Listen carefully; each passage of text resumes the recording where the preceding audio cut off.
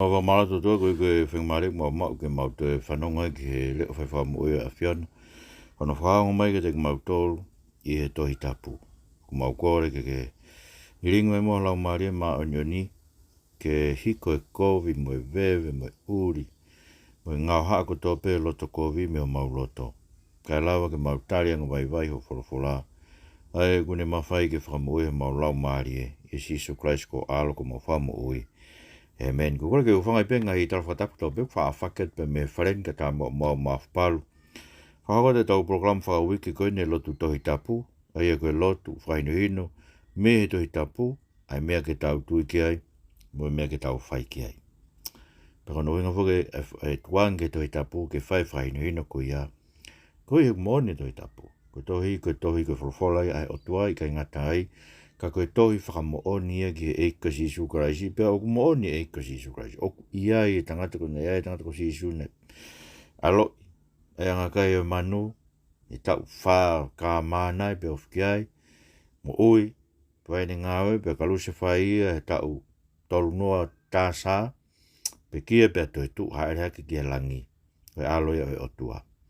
Ko hiko mo oni ai ia e ka sisu karaisi, tau ilo mo oni me tau tui kia toi tapu, mo oni toi tapu, ko hiko toi whaka mo oni ia kia sisu karaisi. Kage, ko lotu toi tapu ia, pe koe ne tofu ai hala ki tau fōwai, me taim ki I tāniti. Ai hala e mea ki tau tui ki ai, me mea ki tau mo ui aki.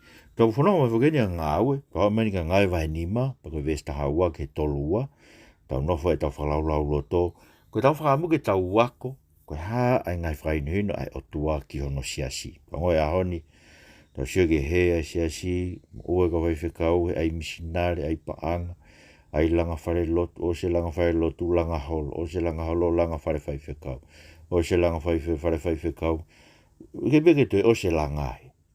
Aia he kutoe whamamawhai ka whai whekau, ke mea whamateri, ke mea fua aki ia, ai Ngaue, koe Ngaue na ton ke whai, ka anoa ke himpe, ngai ka whai whekau, ko koroa whunganie, maa ngai lau maari.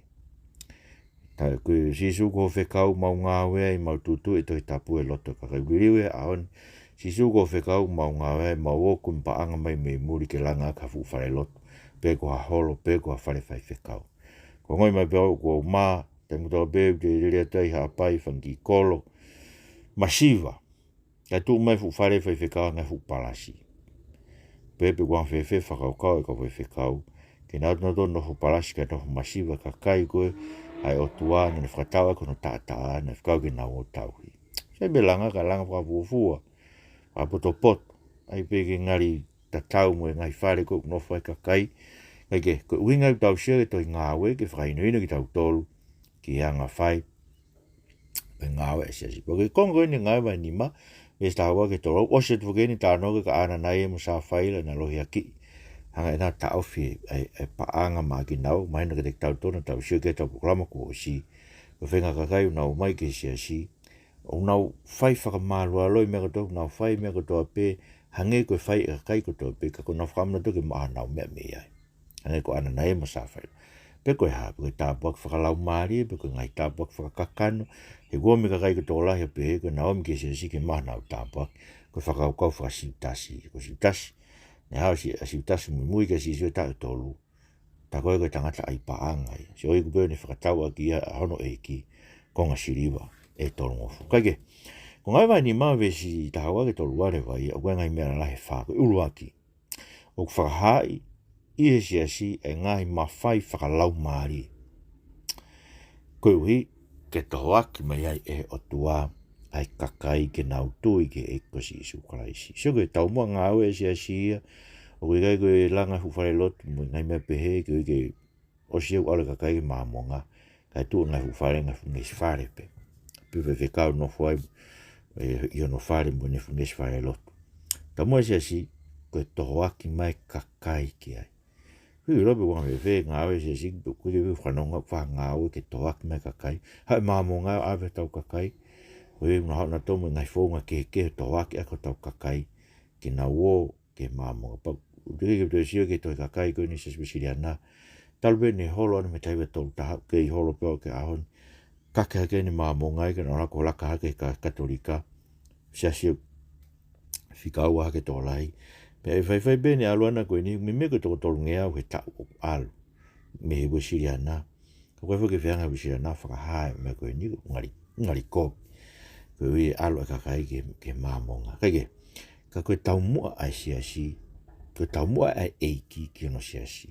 Toak mai ka. Pongare wa eiki o mea ngā ke ngai mawhai whalau maare. So ngai mawhai koe na hae mea. Ka olau bewe stawa ke tāna. Mena whahoko e ngai ka apostolo ngai mea mana. Mo whakaafu e roto tonga e kakai. Pena e whakataha ki nau toro kutoa be, wharehala, solomone. Ka koe mea ki ono toe, tae hai, na ea i hataha, na whakatoa toa ke whawhare mo ki nau toro. Kai kehe, na amoe kakai, na nau whakawapa ke te ki nau toro. Pea whakau tūtua e ului mai ke eiki a kakai na e tui. Pea whutolahi e kau tangatu, kau whiwhine whoki. Pea whai, pea nau omi ki tua, e kau mahaki e tuk whakaholo i hala, e whanki mohenga, mo e whala. E ilo e lawe i hanau toro taha, ai ata o pita i hane mea angi. Nai whahau whoki ka kai, mi ngai koro wā, mi se usare mā. O mi nau ngahi mahaki, mo nau tolu, nai āwea, ngai whai kehe, e nai whamu ui whai ngā ko ia ko tō, be whrohora tonu e tau eki, ka whetai peke o tō. Msuga e mea mau inga hen, koe hui poingo tau tō mai whakahai, i si, ai ngai mawhai whakalau maari. E koe ngai mawhai whakalau maari e koe ni, tā noa kia Paula e loma vai tahaua, tā noa kia ia, Rakurin tō vai tahau e so vai whako ngai mawhai whakalau maari whoaki e otua ki hono siasi koe ui ke langa aki hono siasi. Langa whakalau maari tup whakalau maari pa mo tup whakatokolahi. Se koe Ngaue whai e ngai mawhai whakalau maari. Pua ngai mawhai whakalau maari pau ke mawhai mana koe tala mai nei hoko he Ngaue ka apostolo ngai mea mana mo whakaafu. He lotolotonga o i kakai. Ka koe ngai mawhai whangataka pe ngai mawhai mana mawhai mana me mawhai whakamui mahagi e nai ha i he ka apostolo pe hanga he mea ko ia o ngau ke lau i lelei e kakai ai siasi. So ke mea mau ko lau i lelei e siasi ko i nofo siasi in te fto i Ngaue. Whakaha i he siasi ai mawhai whakalau maari o otua. Ko lau maari ne ringi mai ke siasi ko i ke nau rea aki ko sisu ai eiki. Pahinga be nau rea ko sisu ai eiki. Kau hanga foki e mawhai whakalau maari e ko ia e ne haa me he siasi ngai mana whakamui mahaki. Koe ke lau e hanga tau lau koe ngai mea kui kai whakangatangata peki ai. Tā noka Paula ko ia loma wahe walu peheni, ia loma wahe tawa. O kune hanga whakamatala ki te tau tole ngai mawhai whakalau maari e ko ia o pehe. Tā marewe Paula ke te tau pea koe ni i he tau mau e ngai mawhai whakalau maari. Ei tau mau he siasi. Whake o toa ngai mawhai whakalau maari. Aia o ku whai kehe o whakatatau ki keresi o ku whoaki mai. Ai o kehe tau ngai mawhai. Peni i heo nau poto he malanga. Kau whai ako i siasi. Keke tau whai ako tau mea panga e anu ko aia nia ko mate ngai whaka evangelio ngai ke ilo he kakai sisu Christ ke nau mao kai sisu ko eiki. Wahanga he kawai whakau ia o laku mai kakai ke mlakanga malanga to kua ko whaka ilonga ia. Ko nau mo ui ko hai pe kakai o whai mate pe malanga. Peke nau poto na te whai malanga, nau kore holo. Ke hanga kakai kehi o whau mai nau ngai malanga no maloi aki. I he ao o tua pea mo siasi. Pa koe ni, koe mea ko mawhai kehe pe. Whanau rewa ke ngai mawhai ko whaki e o tua ki e siasi. Perewe Paulo. Ko ia, ka pau koe malanga palo fisai ia. Pea tau whai ke hoa mo e tau tu. Riki matu malanga palo fisai. Koe rea ke hoa mea ko whakahamehe o tua. Ke tau wahe ke inasi whai inasi e siasi. Pe ko hao himi, ke rea aki. Pe ko hao ako naki, na ke mau mea taha. Hangai mea pehe, koe malang plofisai, koe rea aki. Hangai mea ke tokon, ke no langa aki o siasi. Ke pehe, e na tula malang plofisai, me mea koe malanga. Me whai ako naki. Ai pehe Paula koe mea ia matua tangata pehe. Malang plofisai ia, hangai ia tala loto. Tau e kau gai kau whewhine o siasi, ta ke nau tua whanau ki tala loto. Ke whanong ke kakai siasi ki langa aki. Kaike. Ka pau koe lakanga tauhi, tau noho pē, i he tau lakanga tauhi. Koe au ne whai ako, ke ne nofo pē ne whai ako. Koe au whai e nginaki, ke ne nofo pē ne ihe ne kinaki. Koe au ne whai ai whaki. Ke ne whai a tata, koe au taki mua, ke ne nima moe wae. Koe au ne whai manawa o wha, ke ne veke whai. Ko whorata una tau e ki whawhitai kato. Sige ngai mawhai. O koe ngara bē, mawhai mana koe, mwhamui mahagi, kau kauai, ai lakanga tauhi. Ai ko tau hi ko tau tai fa se va nit ke se me kon no se tua ta fare pa ko la kanga ke ma o ko tau hi pe fare tau fai fa ma no ma pe pa ko ta ko wat ko ma fai ya ko ke fai ya Whai ako he lau toi whasapa. Te alu whai ako ai. Whai ako he ai hau ki group class aho. Whai ako ai. Si noho maa ube tau whai ako. Pau koe ingi naki koe ngai lea ke pou mo tokoni mo whakaloto lahi. Si ai koe ngai mawhai whalau maari ko mai ke langa ake siasi o tua. Tau noho pēne ako naki koe whuaki so koe whuaki. Ko ngā moia e mawhai whalau maari whake o tua. Tau nima moe vae i e whai o e whuaki. A whaun mori ke tau whai ata e whuaka. Koe une taki mua. Nima moe vae. Koe whai manawa o wha. Veke whai. So e ngai mawhai whalau maari e ke. Ko whai mana e me whamoi mahaki na whai he kauposto. Ko ngai mawhai koe o mahe o tua. Sa ianga whewho ilo e mawhai ko tuke te koe. Koe tari. I hao sio i ha fie mao ai siasi. Pari ka ratu ka fie mao ai siasi. Fie mao ke whai ha hiva. E alo whai. Koe ngā koe ratu ke poto e whai hiva. Koe ratu ko sepe whai hiva siasi. Koe te ratu ko whakawhekeke whai hiva. O te alo whakawhekeke ai. Tuku e koe whai hiva ke whai tō tā koe kune whai hiva. Te alo koe whai o te whakawhekeke ai. Lahe mau ai sio. Aia. Koe hai fie mao ai siasi. E koe whahina ka kai ke pākingi. Sio. Pe koe whakamaa e whare lotu, e hiri e lotu. Pe kono teu e whare lotu ke kamata. Pe kono teu e, so lahi pe ngai mea ke whai. Ko o sio ke ngai whie maa ua e siasi. Ko au pe ko o mea i puti. Ke mua i puti e kuma ka kai o siasi. Ko ngai mawhai whaparo, ngai mawhai. Ngai mawhai whalau maari, ko whai rei e pe e siasi o no ngai mawhai whalau maari e. Toho aki mai he eiki ai ka kai ke siasi. Sio ko ngapeo koe ke o mea ka kai ke siasi. Koe ke ha mawhai whalau maari e ha. Tau mana tō whi au whakavaha ai ngai mea whalau maari e pe koe kau malanga. Koe ke nau mai nā tō mawhai whai ako ke nau mawhai ke malanga. Ko nau na tō kea koe whinga e nau mo ui. Ai ene ki fo i mea koe ai tō ke maari e. Pea koe ke ne whai e malanga koe ke langa hake ake ka kai o siasi. O mōre kono uhinga e ko kai ke tupua ka kai pa hare wa fua o kakano. Fua kakano ko whi au i whawavaha. Fua kakano, ula hewite ngai fua kakano hae tau mo ui. Koe ngai mea koe tupu e koe hui, he ui kai hae fua e lau maari. Koe ngai mea ofain e lau maari e ke langhake a kono siasi, langhake whakalau maari e whatau la. Kono ua, tau kerere pena ngai wahe ni mawe staha ua ke tolua. O whakahawhi o toa no siasi me ngai whainga ta kotoa, ke ne hoko koa te malanga aki o e mo ui. I ngot nonga fo he koe te whitoi, whekau e alme siasi. Koe malanga aki, o e ngongolelei o e mo ui. He talo e tau tupu ta tumu e teu pe ke mate. Muilo ke tau tuku kata koe ni tau teu mate ko toa pe. Talo mea ātama. Talanga taa pe ātama na taani. Aho te mokai e mea kau koe ni te mo mate. Pea tau teu mate ko toa pe. Ka whawhetai kwa si kraisia mo e ngongolelei o e mo ui. O ne hanga tuku ke siasi ke tau whatongi a kono malanga aki. Ngongolelei mo i mea pango e aho nia koe mea walmo siasia koe au whinga paanga be. Koe whakatetenga be si kau masiwa, ma si kau wito, mo i whakamalohi ki nau toke mai nau paanga ke whae ke ngai polo cheki ia, koe ke whi mau ia e siasi. Ua peka whai whikau whakatupu ngai, polo cheki langa koe ni, koe i ke more aho tau taini. Eia, whana ko lau me vestafi tuke o tau whakahawhi o toa no siasi me ngai whainga ta kotoa, ke ne hoko atu ai malanga aki oi mo. Petu tua ge taro e ki lahi, mo ki nau tolu kotoa pena e kau mo ia. Aia koe whaha i sātu si kāto, ko vevere nau meheka. Pena o puke ka apostolo, li ke prisione whakakoro. Kana e whakaava po uri. Ngahi matapā e whare whakapōpula, e angelo ai eki. Ane take e toki nau tolu ki toa ne pehe, mō alo tuu he tempare, o maranga aki ki he kakai, e ngahi whoroforo kotoa pe o mo uiko ia. Pena o whanong ke ai, nau uhu ke tempare, o whaiako, whoratone tau eki. O whetai ke tu. Msege mena hoko, nā taura e ki ma kau sātu, si koe kau sātu si, koe kakai whamate rie ia oi lotu. E nā kake nau tui nau tui ngai mea koe, hange ko he vani, hange ko heri, hange koe kau a ngelo, ngai me whakaha mai. Ngata me nau tui ngai mea kato peo mamani. Amo soke, kakai koe nau taulai nau moe he ngai mea mamani. Nau mai peke he lotu ke toko ni o tua ke maha nau lakanga maa lunga he pure anga. Nau me peke lotu koe ke mahu pa ngalahi ke nau o whai ke nau ngai kalapu holo. Folau holo. O wane mau peke se asime kau whai whekau. Fou holo heni. Mahin peke kita koe o mai koe. Ma peke ai paanga.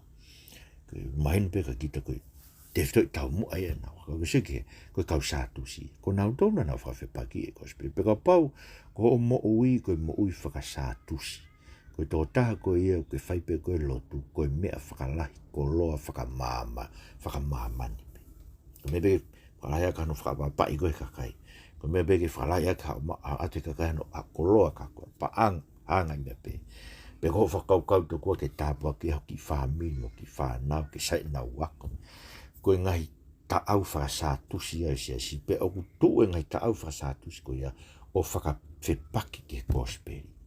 Ko ngai ta au whakamate, ko ngai mea ko hano aunga ke maa ngai mea ko ia ngai koloa mamani pe o se pe mōre ai homo, ko te ke maa koe koloa hewani. Se ne alo e angelo e kia whakaawa e wharepopula tuange nau tō patala, mō malanga ke kakai ngai wholofolo ko tau pe oi mo ui koe, ko sisu hau mo ui. Ke ne hanga o whahafta tu me tau mate. E ka pate tau nof pe tau te mama koe ni o tau. E koe kakai unau tūmi na tō ko ospe mo ikoni koe mate pe pe osi. Kai, tau ilo tō koe ke mooni lau koe ia. Koe ha. Hano hinga meo tau ilo koe ke mooni, koe mo ui pe pe a mate. Koe ue ko toi tu o tau tangata e tahu si Jesu Christ, o se ahe tolu, toi tu te ka e makahe o tua pe whakatoi tu me mate, nā tu o se tuku kehe mai pe, e ki kof koe mena hae kono uru tapu moe, me ki mea koe na hae kono sino, o se to o pe e mainu koe to e tangata mo ui, tuku ai, o se kai ke toi ia no sino ona, alu no sino ona ko toi tu, pentara mai ni hae ko sio ke kau, a ko koe sino koe koe ka whaai kehe, koe kakano mo hui, kai ika, sio? Eia, koe mea mahuinga pira ke tau ilo, ko uhinga tau ilo mo oni, mo ui koe tau tana. Koe mo ui mo oni e, ai mo ui koe, ai he behevo ke tohi koe kohereti. Ka hano aunga ke te koe ho whakawhite whita ngai mea mama koe ni. O ka pau koe ke lau hai mea koe a, koe ke pau, koe ngai mea koe maho ngā koe ke tolo ngai he mate. Koe ke alo koloa ia, mate koe mate whatah me masiwa. Ako ko poto, vare tō taha koe, mo whakatau mate ko toa. Koe hano aunga ho poto. Koe maulakanga koe, ke maulunga koe he whonua, ke maulakanga kai koe, pa maulalo mo tae tokai. Mo whakatau mate loa, koe hano aunga ho maulakanga pa whakapapai koe kakai. Sio? Eia, hanga e mate o manuki, e tau ngahi whainga ko toa pe whahe mama koe ni, ke tāna ke ha mea ke te tauta. Kono uinga tala mai koe mo uiwi a Christ. Koe mo uia koe e tolonga hire mati. Tano ka paula koe ke toi tuu. Ia ora koe ndoa wahe tahani ma. Wha toi tua Christ me pekia. Kono uinga ia, o koe halau whāno e mau malanga. Mau malanga e. Nai whakatoi tu he o tua Christ me pekia. Pa koe fuiwi koe ia. Koe ia ulawa whakahawhi aki koe.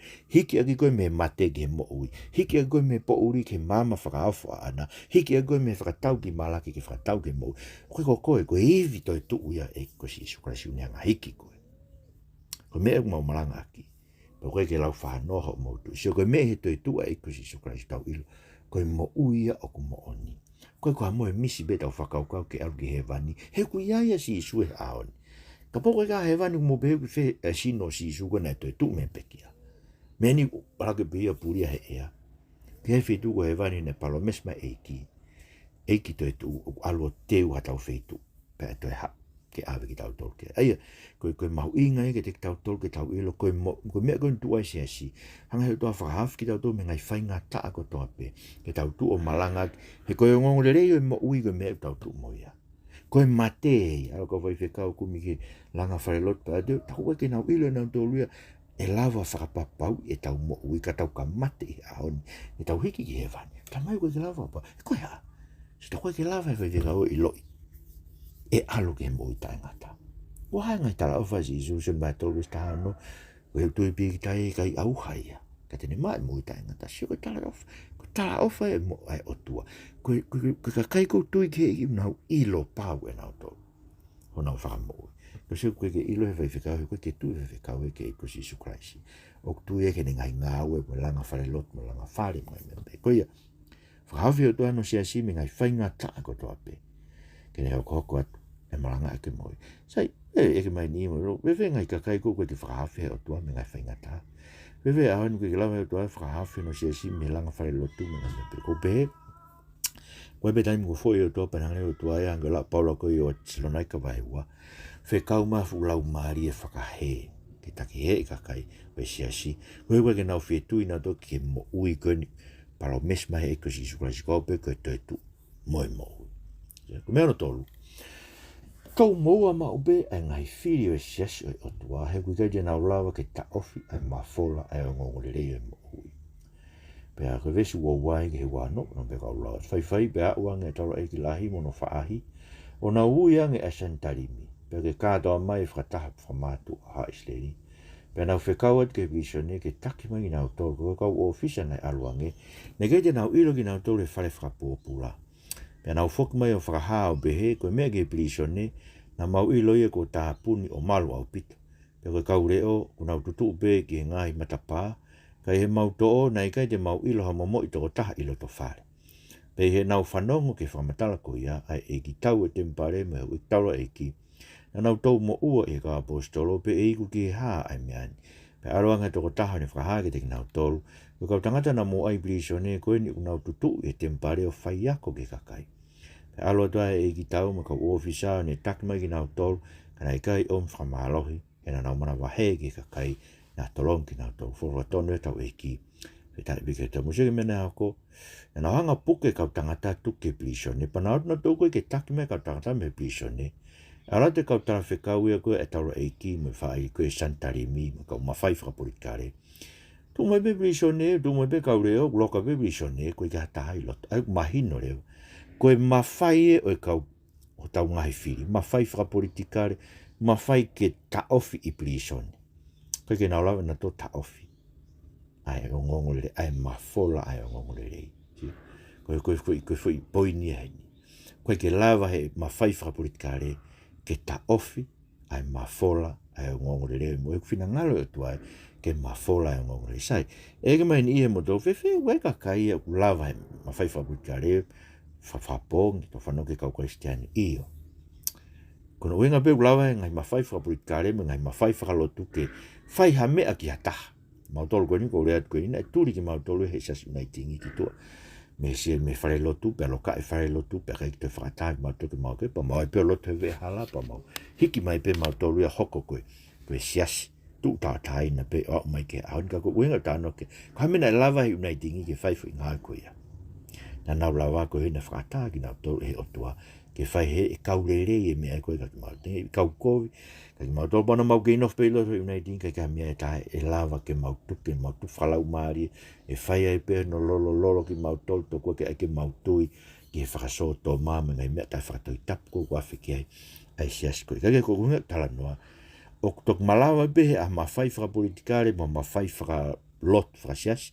ke whai ha mea ke te tau tolu hono ange te nau tohe o toi mea koe kakoen kono ange o toi mea koe ka te nau tolu mawhai koe he kaurere te tau tolu ma tui mea koe nei na hoko koe aho na ave ka si so koe ke kalu se fai pe a tarange sone wa tahiwa tange pai lato ke koe te ke ilo ko au ko mafai ke hanga tu wange koe he mea koe ni tange si so ke rolanga si so ke koe ke mafai e te koe ka iono atu mei olunga e otua ia koe hanga ulawa nei ka hame ulawa he kau muslimi o whapong si kau kristiane e ngai whanua ko Nigeria ko Sultan ai mawhai whakapolitikare koe ni pari i Pakistan na mo hakelo to Afghanistan kono inga be ange e o tua ke te nau tolu ngai mawhai ke nau lava whai a ke ngai kovi koe kakoen koe ngai kovi ko tau be whai ke te tau tolu kau kristiane sia ke mena e whai ke Jesu Christ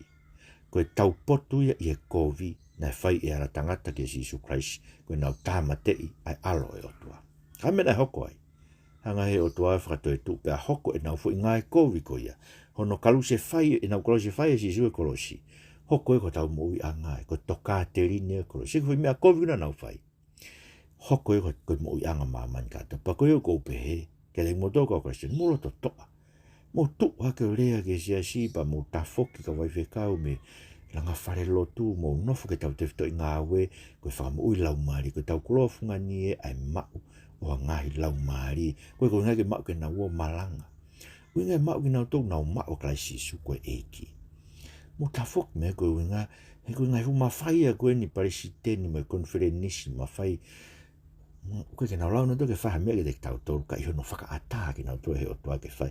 Pea ka pau e whakaata ki nau tō ke whai, koe nau whai pina tō mea ke kaurerei ke te tau tōru. Whawhetai ke hei. Ke whaha si reo. Ke poini hono, hono whai. I ngahi tō kunga ko tōpe mo ui asia si tāu ke whaino hino ke tau tōru ake talango fua ke whorofora e o tua. Kai i kai ke pūre ai tangata. Ai e wesi wa fitu e tōrua. Pea nau takima i nau tōru fo tū e ro tonga e santari mi, pea whawheu i te nau tōru e taro e ki lahi o pehe. Na mau mātua ki whekau ke te mo tōru ke o te mo wako aki a hingoani. Pea koeni, mo whakafonu a Jerusalema aki ho mo wako naki. Pea mo whai ki whahinga mai ke te mau tōru ai mate e tangata kuia.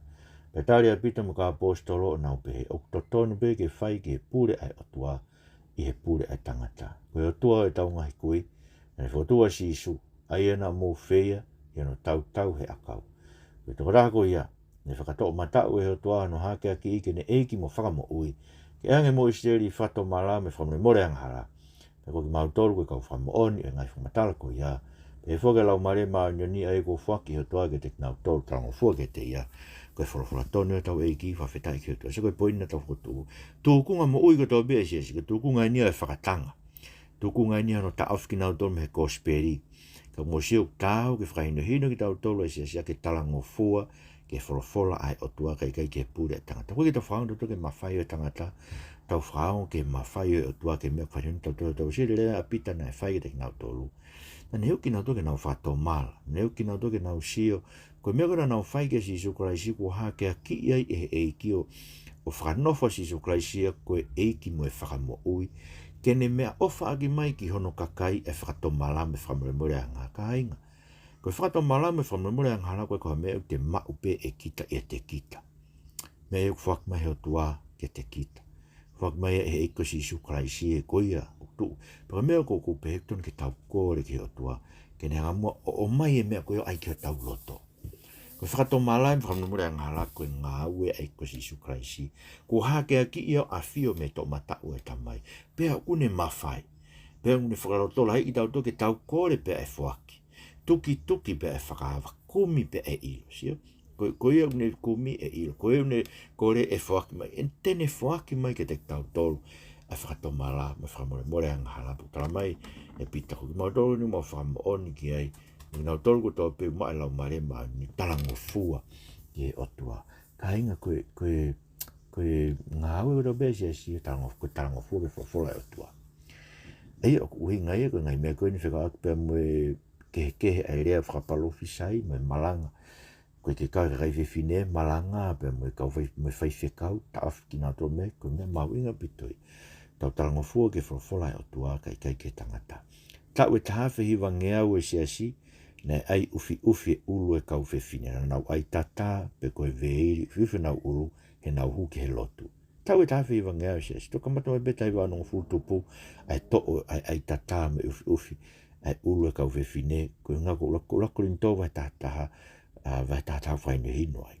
Kono ai ia koe uhi kene whakahai ai langi o kalaisi e siasi. Pea moe o tua koe ulu ia o kalaisi. Mo koe ulu e siasi tau nofo he malu koe. Se koe whiwhine ne whakaha ake ai ufi no ulu kai ai ufi ulu kau tangata. Paptai so ka kai tui. Se koe ngai mea neu koe ke whai tau siasi e ahoni. Koe ngai mea ia e tohi tapu. Ton ke tau whai ke pūre e tohi tapu. Koe wahongo fulu. So tau oho tato e misnare. Koe ke lawa e misnare ia. Ke whakahai ngai whima e siasi. Whakaofa. Lawa e pe lau miliona mai hako ke lawa. Whakahai ngai whima o koe ai siasi. Pero so ke mea mau inga apita. E whima ke whoki e siasi ke whawhora e o tua. O koe whakaso toma be ngai mea koe tau tāno ke. Koe whakawaha a, koe whekei, koe whesio whaki, koe meheka, koe manu, koe sio koe tau kakaitonga, koe longa bita meheka. O kunofu bete tau tau no whangi kolo iki. I tonga, tau mago ki muri ni koe ke lote tāko e, whalaka tāko e iai. E tonga koe, ta whakatou mate loa peka o tike laka koe te o sio. Ke hu e meka, unofu ko tau culture whakatonga, o tau urunganga whakafonua whakatonga. O whakarere ake meheka moe loi. Meheka moe loi. Kakai loi ki tau tau, kakai meheka ki tau tau. Kai ki tau be tau tau kovia e o tua. Ikai, ko tau tau be loi mo meheka. Ko o tua ne taramai, tuku e loi, tuku e meheka. Hui e tangata motua ko ia, Ke ko tau ai tangata fo o ia Christ koia. Ko e whamabobo e tau tāno e aani ki konga koine ngai vai ni mawe ta hawa ke tolua ko lua ki ko ngai mawhai whakalau maari e o tua ko hahe siasi ki tawak mai ke kakai ke siasi. Whakawhi o tua no siasi me ngahi whainga taa ko toa be ke ne hoko te malangai o he ngongolelei o he mo ui ke kakai whakatau ki mate. Tau mou e ngai whiri o siasi o tua koe te naulau na toke tauwhi mawhora a he ngongolelei o he mo ui. E no whakamawhora e siasi e tō kunga tō pē mui siasi whainoina ki tau tolu talangofua ke whakawhora e pa eki tōkone mai. Ke behe mo e mo ui ho siasi, whamore more whakafoki mo e ke siasi wisiria nā, me ngai mea koinu Ngaue ai, langa whare lot, tāri e whakaso toma, malanga e kai whiwhine, whai whekau e kai whiwhine, tae ai ufi ulu e kau whiwhine, kore ka te koe tō whakamore more. E tōkone mai mo. Whakafoki mo e siasi ke te koe ke whorofora e whina ton ke mau whai aki ai pure ai otua o i kai koe pure ai tangata. Ma kore to mawhkoena pe moho tāpaki e tamatui e tupo wono pe mo i taini kuini na spau me whare o tupo e nau apasie ke te koe. Pege e wakau mbeirik mo ne kabineti ke nau apasie ke te koe. Kakai e whanua o apasie ke te koe e Jesus Christ mo whama ui. Amen. Kai no tau whamaro ke tua. Wige tau lawa e programa koe ni, whamara he Katarina tohi, me ka unga e wharen, whenga maari tau mau, o mana to te peta o rita wha whamiri, peke pompom, mo e fiafi, lau e wholofola pe mō lotu, ke apasia tau moi ki atua, lau hawahe e wha, wholofola e toa he ako tau peke ose toi tapu i o lau. Pe gai ngatai, wea ngahi anga hala, vete rewa ki atua, ta whoki ai, ro tonga o kei ala mau. Tau whawhirai ki atua, tau siai ni, sabate uraki e mahina no wha e tau koe, tau whiwhia pe tau whanonga. Ko whanare te ngotoro toa pe, marabita mō mea mai, mō mea atua wha